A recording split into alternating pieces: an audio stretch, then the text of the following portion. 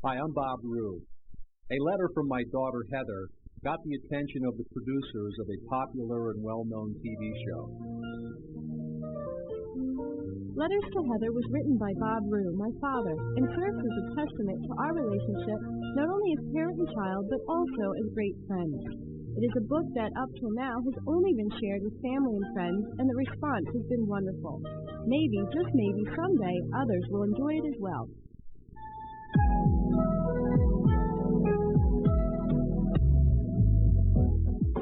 Heather Easham's father wrote her letters almost daily while she was in college. She and her roommates looked so forward to his writings, they made it a tradition to read them together. Through the hundreds of letters written by dad to daughter, they formed a spiritual connection that they say will never be broken. Take a look. Dear Heather, I thought this would be a perfect day to tell you how thankful I am that you're my daughter. When my daughter Heather went off to college, I felt as a parent it was important for me to stay in touch and teach her all the things that I had learned over the years, because I was sure she was young and I was old and wise.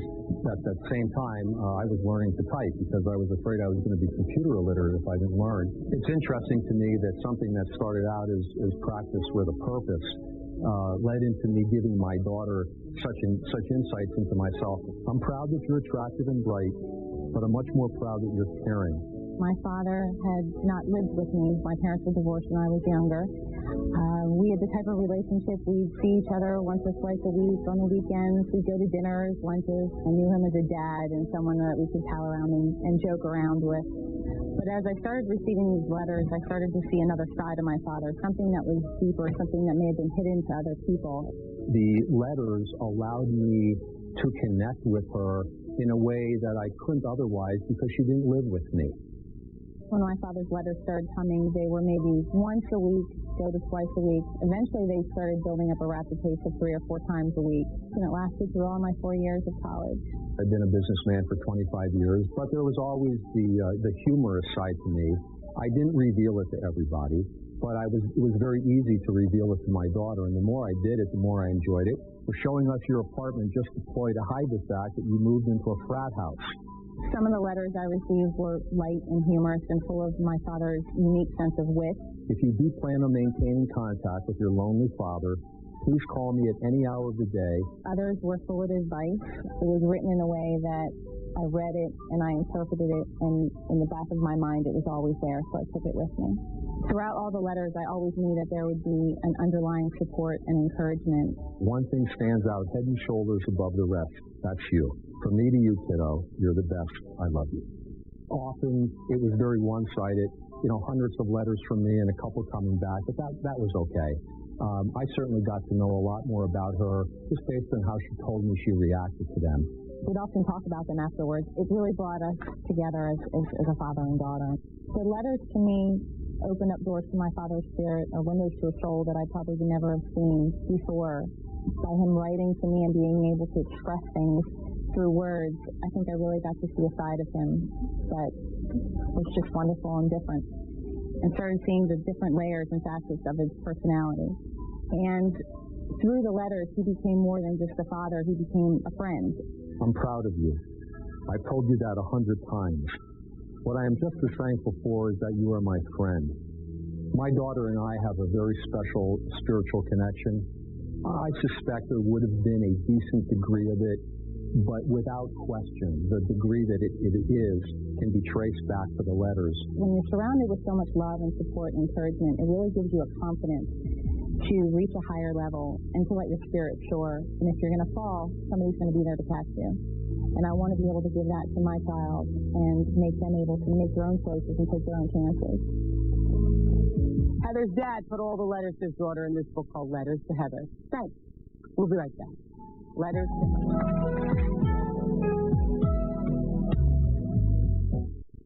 Articles appeared the day of the Oprah show in the Allentown and Reading, Pennsylvania newspapers.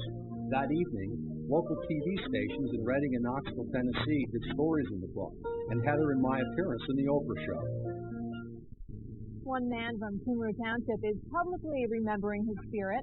Bob Rue and his daughter Heather were part of that segment on Oprah today. In tonight's Family and Fashion Report, you'll see how a father's endless love only gets better with age.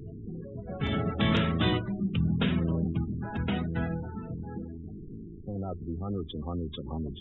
I couldn't tell you how many it was. It was almost one a day.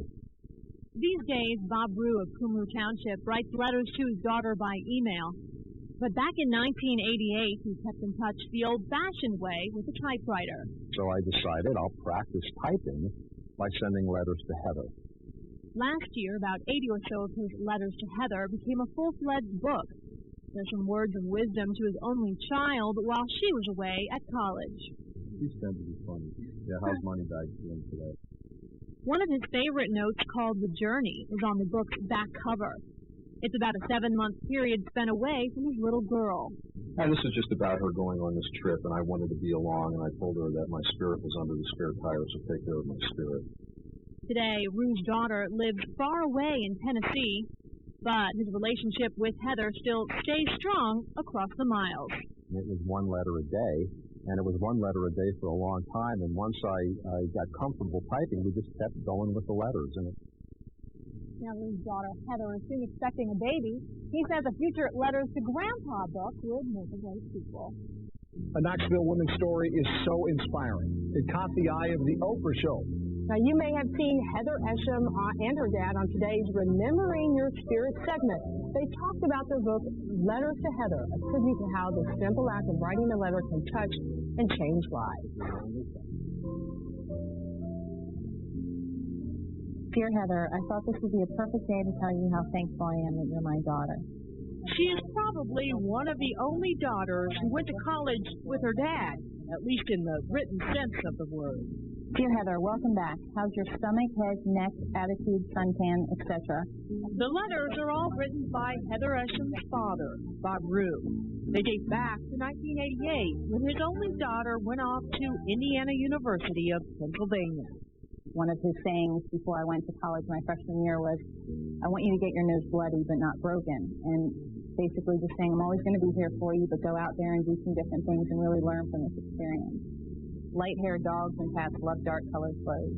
It began as a way to teach himself how to type. First he sent Heather 1 letter a week. Then it was 2 or 3. For 4 years, he never missed a stamp.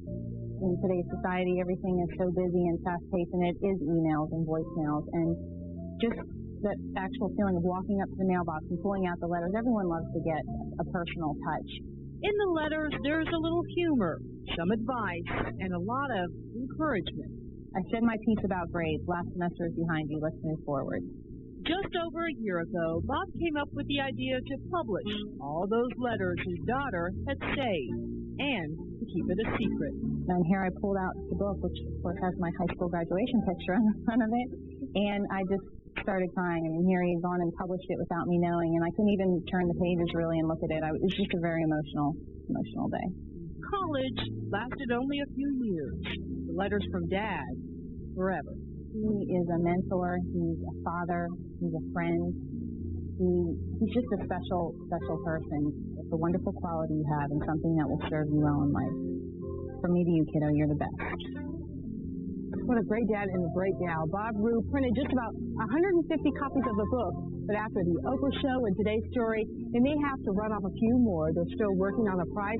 You can find out more by emailing him at bobrue@ppd.net. That is great. It really is, because I think a lot of times when the kids go off to college, it's almost like, oh, they're growing up, they're leaving, and yet they grew closer together. So that's what made the story really fun. I think you can say things in a letter that sometimes, even though you feel it, you still can't say them face to face. It probably helps you open up a little. You know, that's what she said, and she said her dad is a big-time businessman, and there were a lot of people that he works with. They said, well, your dad sometimes, he's just kind of stuffy, and she said, you don't know my dad. So that was pretty good. We thanked them. It was a lot of fun.